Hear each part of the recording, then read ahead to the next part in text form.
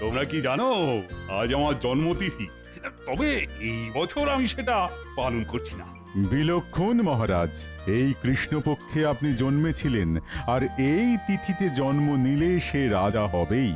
বিধাতাও এর খণ্ডন করতে পারবে না। সাধু সাধু। কিন্তু মহারাজ, আপনি এই বছর জন্মতিথি পালন করছেন না কেন? এর কি কোনো বিশেষ কারণ আছে?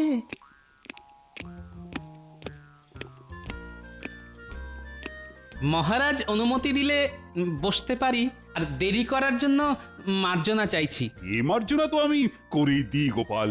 আসলে রাজসভায় তুমি না থাকলে কিরকম ভালো লাগে না। ঠিক বলেছেন মহারাজ, গোপাল বিনা সভা অতি ধীর। গোপাল থাকলে মহারাজ থাকেন না গম্ভীর। বেশ বলেছ কবি, বেশ বলেছ। বিজ্ঞানী, তোমার কথার উত্তরে বলি, রাজকোষের অবস্থা ভালো নয়। তুমি জানো, মানে যদিও তোমার জানার কথা নয়, আমি শুধু আমার জন্মতিথি উপলক্ষ পালন না করে খরচের কিছু ওই সাশ্রয় করেছি মাত্র, আর সেটাও আমার রাজ্যের প্রজাদের কথাই ভেবে। রাজকোষের কথা আমাদের কারোরই জানার কথা নয় মহারাজ, সেটা তো একমাত্র খাজাঞ্চি বলতে পারেন। কিন্তু খাজাঞ্চি অসুস্থ জানিয়েছে, তাই সে আসতে পারবে না। মহারাজ অনুমতি দিলে একটা কথা বলতে পারি। নিশ্চিন্তে বলো গোপাল। খাজাঞ্চি অসুস্থ, বাড়িতে আছে, বিশ্রাম নিচ্ছে, খুব ভালো কথা। কিন্তু খাজাঞ্চির সাথে যার নীতি ওঠা বসা, যে রাজকোষের সব কথাই জানে, সে কেন গত 4 দিন ধরে রাজসভায় আসছে না, সেটা কি কেউ বলতে পারবে? তুমি মন্ত্রীর কথা বলছো, তাই তো গোপাল? আমার মনে হচ্ছে মন্ত্রী নিশ্চয়ই কোনো ফন্দি আঁটছে, না হলে আগে তো কখনো এরকম হয়নি যে মন্ত্রী 4 দিন ধরে আসছে না। কি বলছো কি গোপাল? না না না, আমার মনে হয় না মন্ত্রী কখনো এরকম করবে। কারো সম্বন্ধে প্রমাণ না থাকলে শুধু শুধু এই ধরনের সন্দেহ তো রাজার শোভা পায় না। আপনি একদম ঠিক কথা বলেছেন মহারাজ, রাজার এটা শোভা পায় না, কিন্তু ভাঁড় যদি ভাবে তাহলে হয়তো শোভা পায়। গোপাল, বলো তো তুমি ঠিক কি বলতে চাইছো? আমি বলতে চাইছি মহারাজ, রক্ষীদের আপনি মন্ত্রীর বাড়ি পাঠান, ওরা দেখে এসে বলুক মন্ত্রী সত্যি অসুস্থ কিনা, না হলে বুঝবো আমি যা ধারণা করেছি তাই। আমার আর মন্ত্রীর সম্পর্ক কেমন সেটা আমি খুব ভালো করেই জানি। যাই হোক, তুমি যখন বলছো, আমি এক্ষুনি মন্ত্রীর বাড়িতে 2 প্রহরীকে পাঠাচ্ছি। ওরা মন্ত্রীর খবর নিয়ে আসুক। প্রহরীগণ, প্রণাম মহারাজ। এক্ষুনি মন্ত্রী মশাইয়ের বাড়িতে গিয়ে খবর নিয়ে এসো। বলবে মহারাজ বিশেষ চিন্তায় আছেন যে কেন উনি আসছেন না। যথাজ্ঞা মহারাজ। আমার মন্ত্রীকে বিশ্বাস হয় না। ওই পাজি মন্ত্রী যে কোনো সময় যে কোনো কিছু করে ফেলতে পারে।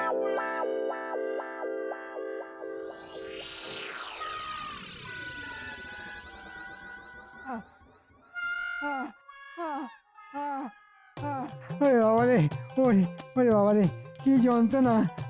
ও মা গো, ও গেলাম রে। কবে যে এই যন্ত্রণা শেষ হবে কে জানে। ও ও প্রণাম নেবেন মন্ত্রী মশাই, মহারাজ আমাদেরকে পাঠিয়েছেন আপনাকে দেখতে আসার জন্য। সে আমি বুঝতে পেরেছি। ও কদিন রাজসভায় যেতে পারিনি যে। ওরে বাবারে। মন্ত্রী মশাই, আপনার ঠিক কি হয়েছে? মানে মহারাজকে আপনার অবস্থাটা বলতে হবে, সেই কারণেই আমরা জানতে চাইছি। ফোড়া হয়েছে রে, ফোড়া। ভীষণ কষ্ট পাচ্ছি। ও ও আগে সেটা বুঝতে পারছি, কিন্তু আপনি উপরে শুয়ে আছেন কেন যদি বলেন? সোজা হয়ে শুতে পারছি না তাই। কিন্তু মন্ত্রী মশাই, আপনি সোজা হয়ে কেন শুতে পারছেন না? তোমরা দুজনেই আস্ত উজবুক সেটা আমি জানি। তাও বলছি, আমি ফোঁড়ার যন্ত্রণায় উপরে শুয়ে আছি। ও, এখনো বুঝতে পারলাম না মন্ত্রী মশাই, ফোঁড়া আপনার ঠিক কোথায় হয়েছে? হতভাগা, সব জানতে হবে। আগে মহারাজের তো সেরকমই নির্দেশ। মহারাজকে গিয়ে বল আমার ফোঁড়ার যন্ত্রণা কমে গেলেই আমি রাজসভায় যাব। আশা করি 2-1 দিনের মধ্যেই। কিন্তু ফোঁড়া আপনার কোথায় হয়েছে সেটা বললেন না তো। ওরে হতভাগা, ও তোদের অত জেনে কি কাজ, হ্যাঁ? ও ও, বুঝতে পারছিস না, উপুর হয়ে শুয়ে আছি যখন কোথায় আমার ফোড়া হয়েছে, হ্যাঁ? ওরে হতভাগা, মহারাজকে গিয়ে বল ফোড়া হয়েছে আমার পশ্চাৎ দেশে। আমি ভালো করে সোজা হয়ে শুতে পর্যন্ত পারছি না। ওরে বাবারে, ওরে বাবারে, কি যন্ত্রণা। ও ও, যা শিগগির যা। যথা আজ্ঞা মন্ত্রীমশাই। মহারাজ, আমরা দুজন মন্ত্রীমশাইয়ের বাড়ি গিয়েছিলাম, গিয়ে দেখি মন্ত্রীমশাই উপর হয়ে শুয়ে আছেন। হ্যাঁ, মন্ত্রী উল্টে পড়ে শুয়ে আছে, এ তো ঘোর অনর্থ। যে রাজ্যের মন্ত্রী উল্টো হয়ে শুয়ে থাকে সে রাজ্যের তো অমঙ্গল। যাই হোক, প্রহরী বলো বলো। মন্ত্রীমশাই যন্ত্রণায় কাতরাচ্ছিলেন। হ্যাঁ, মন্ত্রীর যন্ত্রণা? মন্ত্রীর কাছ তো মন্ত্রণা, তবে তার কিসের যন্ত্রণা? আগে মন্ত্রীর বিষ ফোড়া হয়েছে, কিন্তু সেই যন্ত্রণায় মন্ত্রীমশাই খুবই অসহায়ের মতো শুয়ে আছেন। বিষ ফোড়া? যে ফোড়ার গোড়ায় বিষ, যন্ত্রণা অহর্নিশ। কিন্তু মন্ত্রী উল্টো হয়ে শুয়েছিল কেন? আগে সেই কথা জিজ্ঞেস করাতে মন্ত্রীমশাই রেগে গেলেন। রেগে গেলেন? মহারাজ, এমন কোন জায়গা থাকতে পারে যেখানে ফোঁড়া হলে মানুষ রেগে যায়? পণ্ডিত, সেটা তুমি ভালো জানো। তোমরা বলো তো প্রহরী। মন্ত্রীমশাই আমাদের বললেন, যা গিয়ে মহারাজকে বল আমার পশ্চাৎ দেশে ফোড়া হয়েছে। হে হে।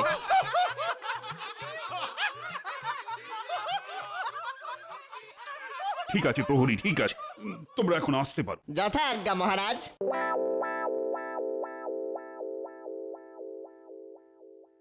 মহারাজ, মন্ত্রীর মনের সমস্ত বিষ এখন ফোঁড়া হয়ে বাইরে বেরিয়ে আসছে।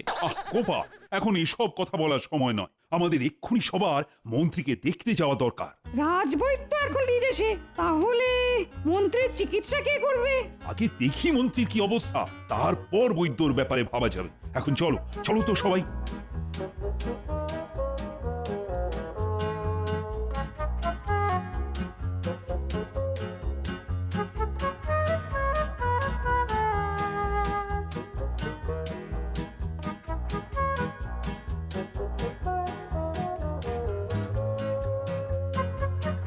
সেপাই, তোমরা ভেতরে গিয়ে মন্ত্রীকে খবর দাও, বলো মহারাজ দেখা করতে এসেছেন। যথা আজ্ঞা মহারাজ।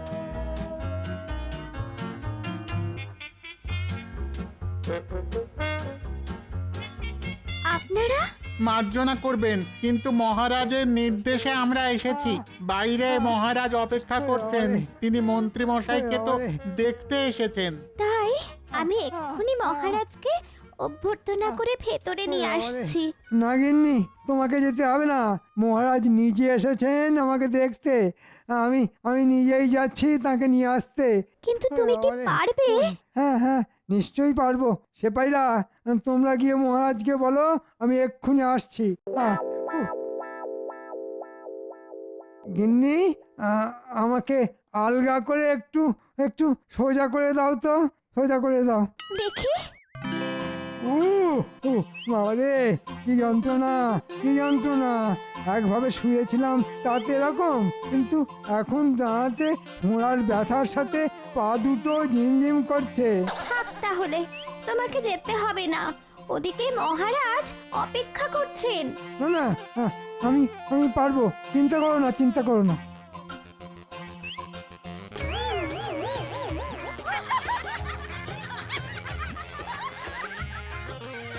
আমার কি সৌভাগ্য, ওরে বাবা। মহারাজ স্বয়ং আমার বাড়িতে পায়ের ধুলো দিয়েছেন। আসুন মহারাজ, আসুন আসুন মহারাজ। সে না হয় ঠিক আছে, কিন্তু তোমার এ কি অবস্থা? আহা, মন্ত্রী মশাই, আপনাকে দেখে বড় দুঃখ হচ্ছে।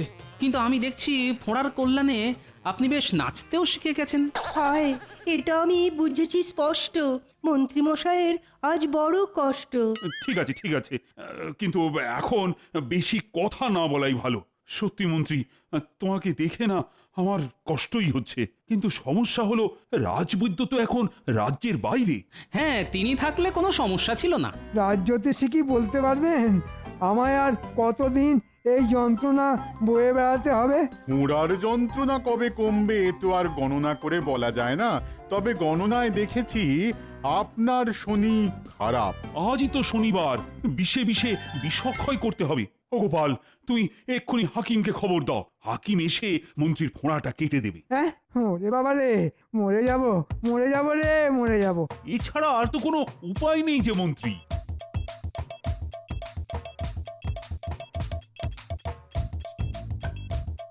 মন্ত্রীর হলো ফোঁড়া, আর এখন আমাকে ছুটে যেতে হচ্ছে হাকিমের বাড়ি। কিন্তু হাকিম কি বেঁচে আছে? বহুকাল আগে দেখেছিলাম, তখনই সে বুড়ো। এখন যদি সে বেঁচে না থাকে,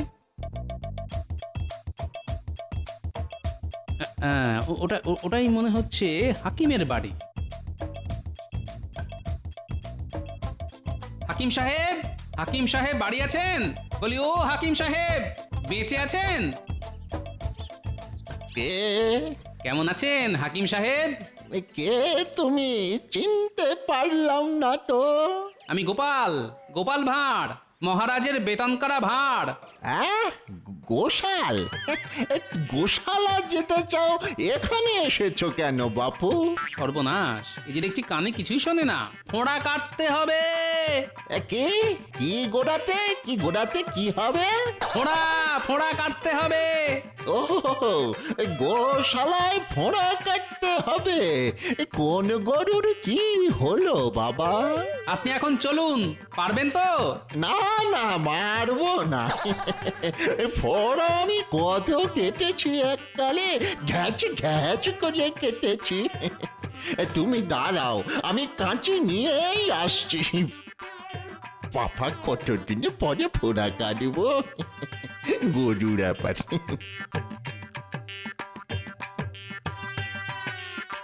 এই কাঁচি দিয়ে সব গরু ঘোড়ার ফোঁড়া কেটে দেওয়া যায়, একেবারে ঘ্যাচ ঘ্যাচ করে।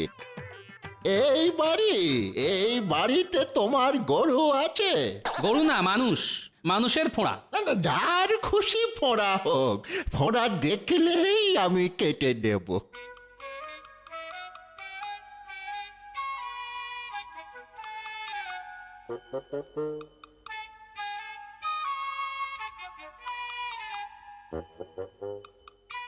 ওরে বাবা, এ যে দুটো বিষ ফোঁড়া।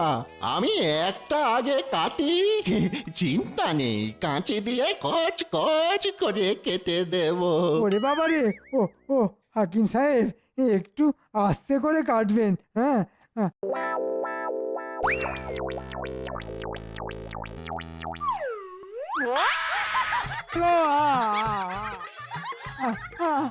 ও বাবা গো, মেরে ফেললে গো। গোপাল, তুমি আর হাকিম খুঁজে পেলে না? ওরে বাবা রে।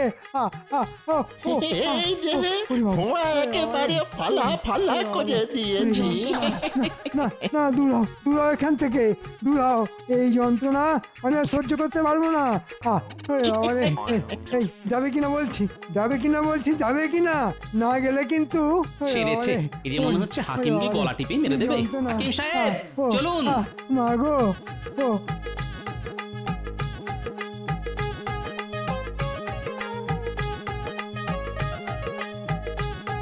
কচ কচ ঘচ ঘচ, কত ফোঁড়া আছে বলো?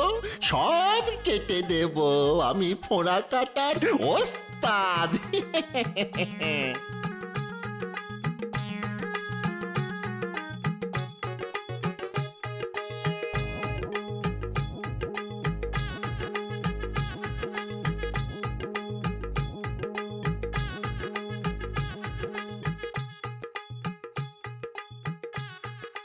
বলি, মন্ত্রী মশাইয়ের স্ত্রীর সঙ্গে দেখা হয়েছিল জানো?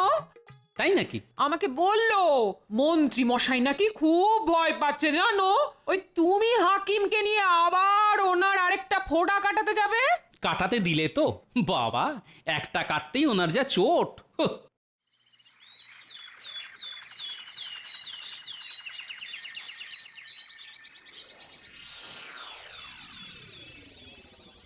বলো গোপাল, বলো, খবর বলো। মহারাজ, আপনার কথা মতো আমি বুড়ো হাকিমকে নিয়ে গিয়েছিলাম মন্ত্রী মশাইয়ের বাড়ি। হাকিম একটা ফোঁড়া কেটেও দিয়েছে, কিন্তু আরেকটি ফোঁড়া মন্ত্রী মশাই কাটতে দেয়নি। সে কি তাহলে উপায়? মন্ত্রী মশাই যেরকম চিৎকার করছিলেন, তাতে মনে হচ্ছিল উনি হাকিমকে মেরেই ফেলবেন। সেনাপতি। আজ্ঞে মহারাজ। এক্ষুনি যাও মন্ত্রীর বাড়ি, দেখে এসো কেমন আছে মন্ত্রী। জি আজ্ঞে মহারাজ।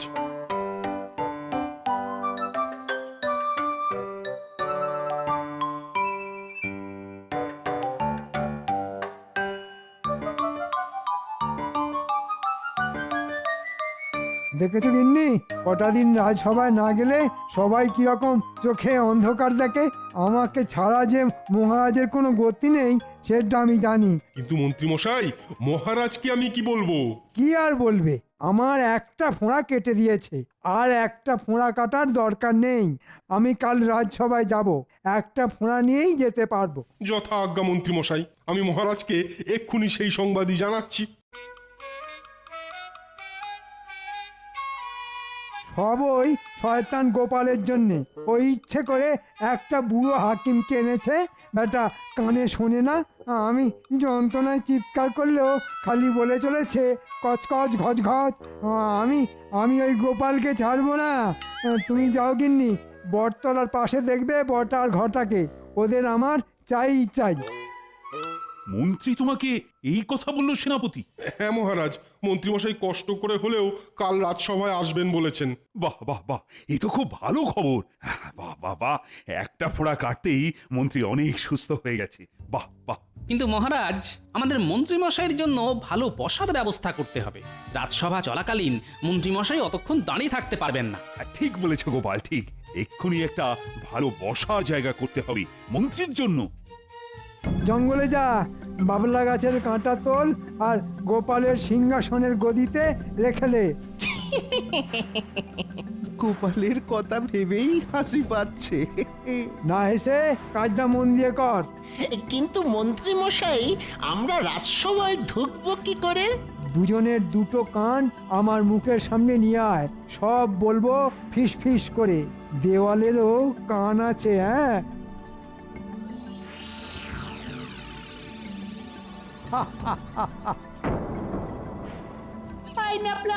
লেবুটা আমার দিকে ছড়, আমি ওটা লুফে নেব। স্কুলে লেবুটা ধরতে পারলি না?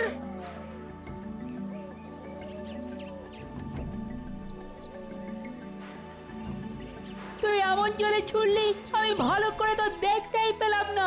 এখন এই জঙ্গলে কোথায় খুঁজবো?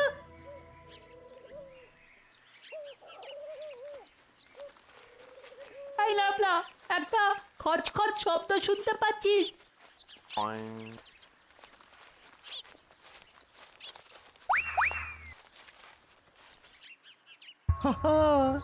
প্রচুর কাঁটা। এ হলো বাবলা গাছের জঙ্গল। এই কাঁটা এবার গোপালের রাজসভার গদিতে ঢুকবে। কাল গোপাল রাজসভায় বসলেই যে কি হবে ভাবলেই কেমন একটা। মন্ত্রী মশাই জব্বর ফাঁদ পেতেছেন।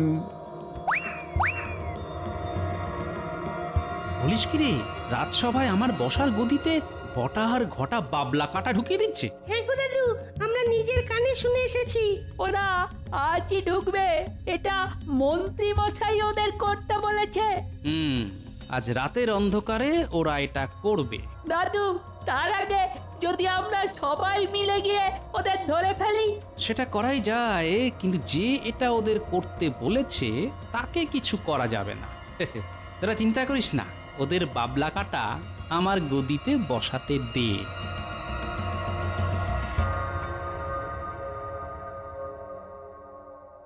কি প্রহরী, তোমার ছুটি নেই? মন্ত্রী মশাই সুস্থ হয়ে গেছে বলে সবাই কিরকম আনন্দ করছে বাইরে দেখো। ভালো খাবারের ব্যবস্থা আছে। হ্যাঁ। আহা, যেতে তো বড় ইচ্ছে করছে, কিন্তু আমাদের তো পাহারা দেওয়ার কাজ। আরে চিন্তা করছো কেন? এই রাতের বেলা কে আসবে? হ্যাঁ, তার চেয়ে এক কাজ করো, তুমি ওর সাথে যাও আর কিছু খেয়ে নাও। আরে কোনো চিন্তা নেই, কোনো চিন্তা নেই, আমি তো আছি। হ্যাঁ, তোমার জন্য এইটুকু করব না? চলো চলো আমার সাথে।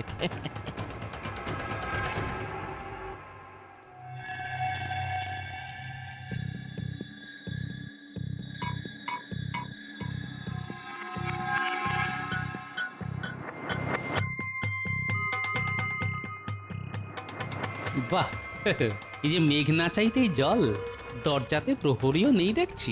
যাক, কাজ সেরে ফেলেছি। হ্যাঁ, এবারে পালাই। বুঝেছি, প্রহরীকে এরা কোনোভাবে হাত করেছে। যাক, আমার সুবিধেই হলো। ঘুঘু দেখেছে, এবার আমি ফাঁদ দেখাবো।